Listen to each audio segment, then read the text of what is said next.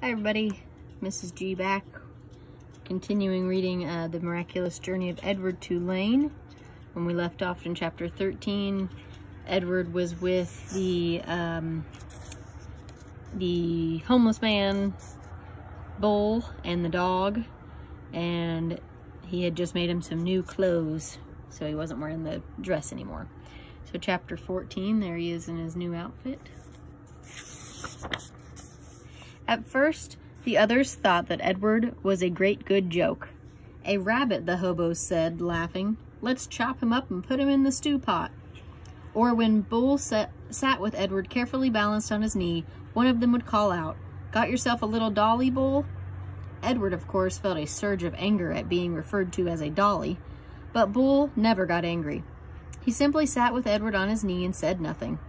Soon the men became accustomed to Edward, and word of his existence spread.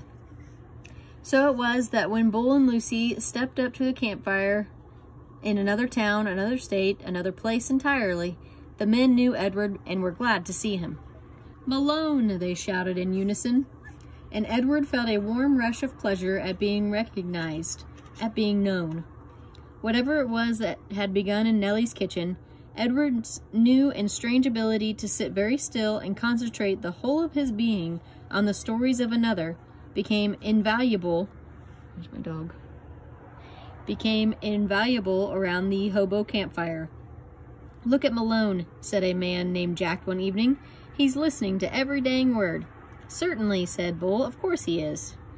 Later that night, Jack came and sat next to Bull and asked if he could borrow the rabbit. Bull handed Edward over, and Jack sat with Edward upon his knee. He whispered in Edward's ear. "Helen," Jack said, "and Jack Jr. and Taffy, she's the baby. Those are my kids' names. They're all in North Carolina. Have you ever been to North Carolina? It's a pretty state. That's where they are. Helen, Jack Jr., Taffy.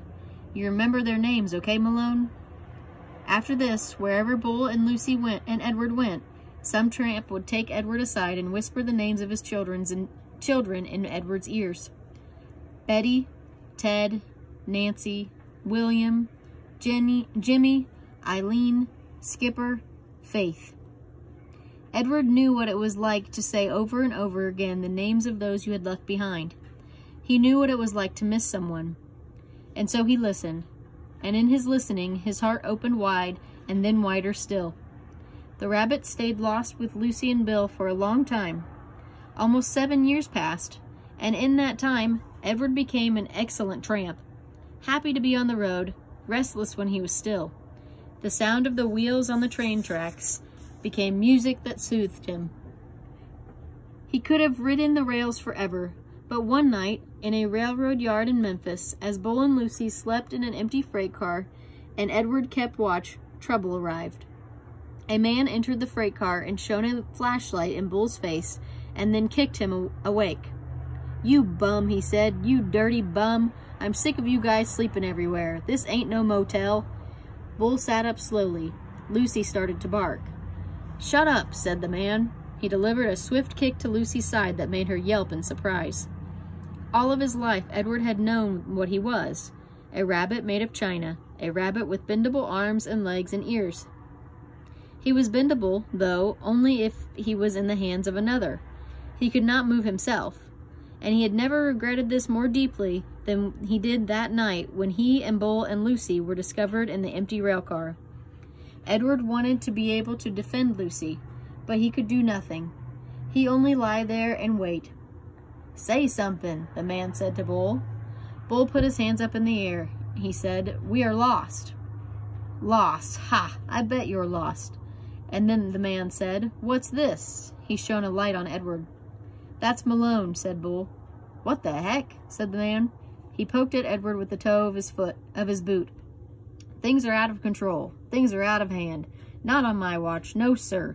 Not when I'm in charge." The train suddenly lurched into motion. "No, sir," said the man again. He looked down at Edward. "No free rides for rabbits." He turned and flung open the door of the rail car. And then he turned back, and with one swift kick, he sent Edward sailing out into the darkness. The rabbit flew through the late spring air. From far behind him, he heard Lucy's anguished howl. "Ow! Ow!" she cried.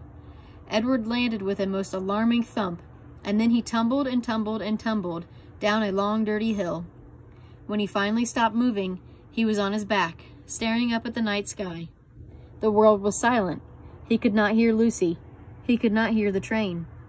Edward looked up at the stars. He started to say the names of the constellations, but then he stopped. Bull, his heart said. Lucy. How many times, Edward wondered, would he have to leave without getting a chance to say goodbye? A lone cricket started up a song. Edward listened. Something deep inside him ached. He wished that he could cry. And next time we'll read chapter 15.